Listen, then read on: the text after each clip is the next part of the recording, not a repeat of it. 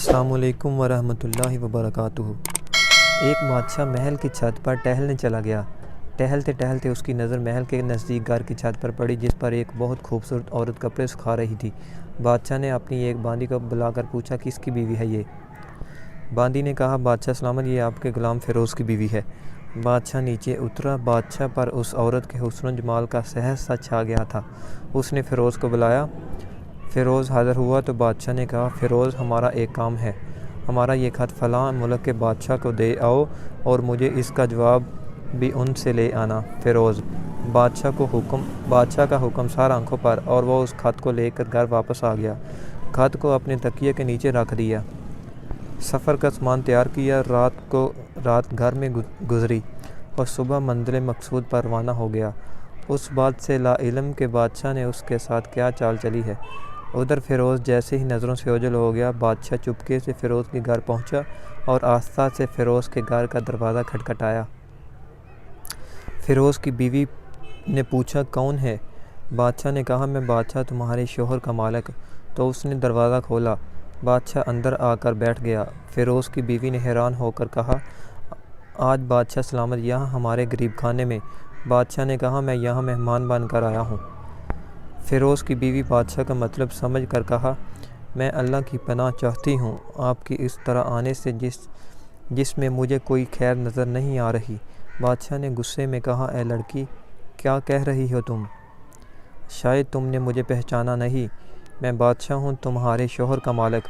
فیروز کی بیوی نے کہا، بادشاہ سلامت، میں جانتی ہوں کہ آپ ہی بادشاہ ہیں، لیکن بزرگ کہہ گئے ہیں کہ اگر مچھر گر جائے کھانے میں تو میں ہاتھ اٹھا دیتا ہوں۔ اگرچہ کہ میرا دل کرتا ہے کھانے کو، میں تمہارے پانی میں کوئی پھول نہیں چھوڑوں گا۔ لوگوں کا بکثرت یہاں آنے جانے کی وجہ سے شیر کو اگرچہ جتنی بھی تیز بھوک لگی ہو، لیکن وہ مردار تو نہیں کھانا شروع کر دیتا، اور کہا، بادشاہ سلامت، تم اس کٹورے میں پانی پینے آ گئے ہو جس میں تمہارے کتے نے پانی پیا ہے۔ بادشاہ اس عورت کی باتوں سے بڑا شرمسار ہوا اور اس کو چھوڑ کر واپس چلا گیا، لیکن اپنی چپل وہیں پر بھول گیا۔ یہ سب تو بادشاہ کی طرف سے ہوا۔ اب فیروز کو آدھے راستے میں یاد آیا کہ جو خط بادشاہ نے اسے دیا تھا وہ تو گھر پر ہی چھوڑ آیا ہے۔ اس نے گھوڑے کو تیزی سے واپس موڑا اور اپنے گھر کی طرف لپکا۔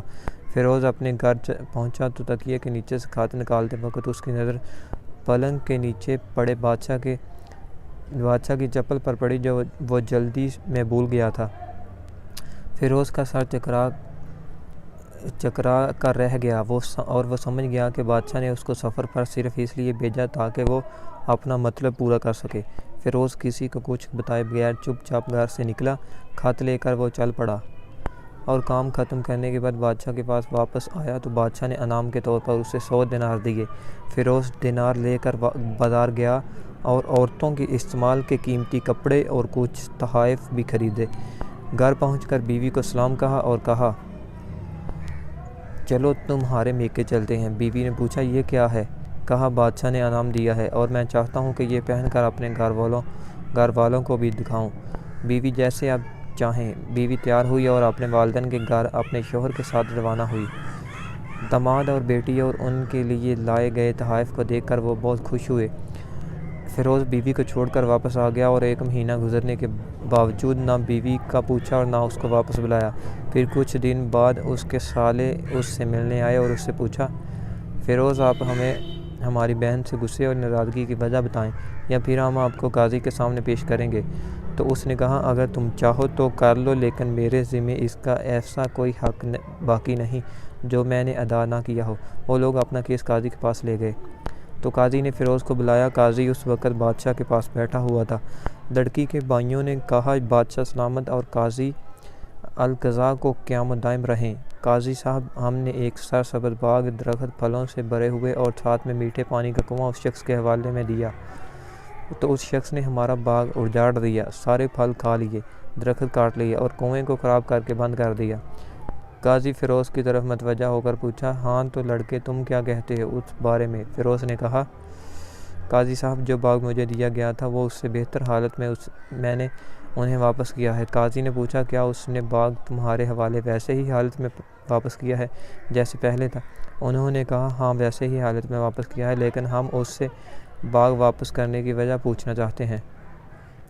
قاضی: ہاں فیروز، تم کیا کہنا چاہتے ہو اس بارے؟ فیروز نے کہا: قاضی صاحب، میں باغ کسی باز یا نفرت کی وجہ سے نہیں چھوڑا، بلکہ اس لیے چھوڑا کہ ایک دن میں باغ میں آیا تو اس میں نے شیر کے پنجوں کے نشان دیکھے تو مجھے خوف ہوا کہ شیر مجھے کھا جائے گا۔ اس لیے شیر کے اکرام کی وجہ سے میں نے باغ میں جانا بند کر دیا۔ بادشاہ جو ٹیک لگائے یہ سب کچھ سن رہا تھا اور اٹھ کر بیٹھ گیا اور کہا: فیروز، اپنے باغ کی طرف امن اور مطمئن ہو کر جاؤ، واللہ اس میں کوئی شک نہیں کہ شیر تمہارے باغ آیا تھا، لیکن وہ وہاں پر نہ تو کوئی اثر چھوڑ سکا، نہ کوئی پتا توڑ سکا اور نہ ہی کوئی پھل کھا سکا۔ وہ وہاں پر تھوڑی دیر رہا اور مایوس ہو کر لوٹ گیا، اور خدا کی قسم میں نے کبھی تمہارے جیسے باغ کے گرد لگے مضبوط دیواریں نہیں دیکھی۔ تو فیروز اپنے گھر لوٹ آیا اور اپنی بیوی کو بھی واپس لے لیا۔ نہ تو قاضی کو پتہ چلا اور نہ ہی کسی اور کو کہ ماجرا کیا تھا۔ کیا خوب بہتر ہے اپنے اہل و عیال کے راز چھپانا تاکہ لوگوں کو پتہ نہ چلے، اپنے گھروں کے بعید کسی پر راہ نہ ہونے دو۔ اللہ آپ لوگوں کی اوقات خوشیوں سے بھر دے، آپ کو، آپ کے اہل عیال کو اور آپ کے مال کو اپنے حفظ و امان میں رکھے۔ دوستو، اگر آپ کو ہماری یہ ویڈیو پسند آئی ہے تو کمنٹ سیکشن میں اپنی رائے کا اظہار ضرور کیجیے گا۔ تو اگر آپ نے ہماری اس چینل کو سبسکرائب نہیں کیا تو اس کو سبسکرائب کر لیں اور ساتھ بیل کے نشان کو بھی دبا دیں تاکہ ہماری آنے والی ہر نئی ویڈیو آپ کو سب سے پہلے مل سکے۔ ملتے ہیں انشاءاللہ نیکسٹ ویڈیو میں، تب تک کے لیے اللہ حافظ۔